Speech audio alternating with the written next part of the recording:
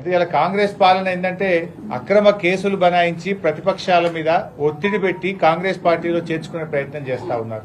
ఎవరైనా పార్టీలో చేరమంటే వాళ్ళను రకరకాల వేధింపులకు గురి చేయడం, కేసులు పెట్టడం ఇవాళ కాంగ్రెస్ పార్టీ నైజంగా మారిపోయింది. ఇవాళ మా పటాన్చెరు శాసనసభ్యులు మహిపాల్ రెడ్డి గారి సోదరుడి ఇంటికి ఉదయం 3 గంటలకు 100 మంది పోలీసులు వెళ్లి ఆయన అరెస్ట్ చేసే ప్రయత్నం చేసినారు. ఆయన ఏమన్నా బందిపోటా, టెర్రరిస్టా, రేపిస్టా?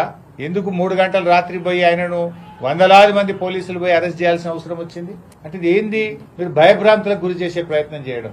అసలు ఆ కేసు ఏంది? Civil matter. అవసరమైతే దాంట్లో నోటీస్ ఇవ్వాలి. యాక్చువల్ గా 41 PRC కింద నోటీస్ ఇవ్వాలి. నోటీస్ ఇవ్వకుండా, ఎఫ్ఐఆర్ కాపీ ఇవ్వకుండా మబ్బుల 3 గంటలకు 100 మంది ఎస్ఐలు, సిఐలు, కానిస్టేబుల్ వెళ్లి ఇవాళ ఆయన అక్రమంగా అర్ధరాత్రి పూట అరెస్ట్ చేయాల్సిన అవసరం ఏమొచ్చింది అని మేము అడుగుతా ఉన్నాం. ఇలా అరెస్ట్ చేసేటప్పుడు కొన్ని విధానాలు ఉంటాయి కదా.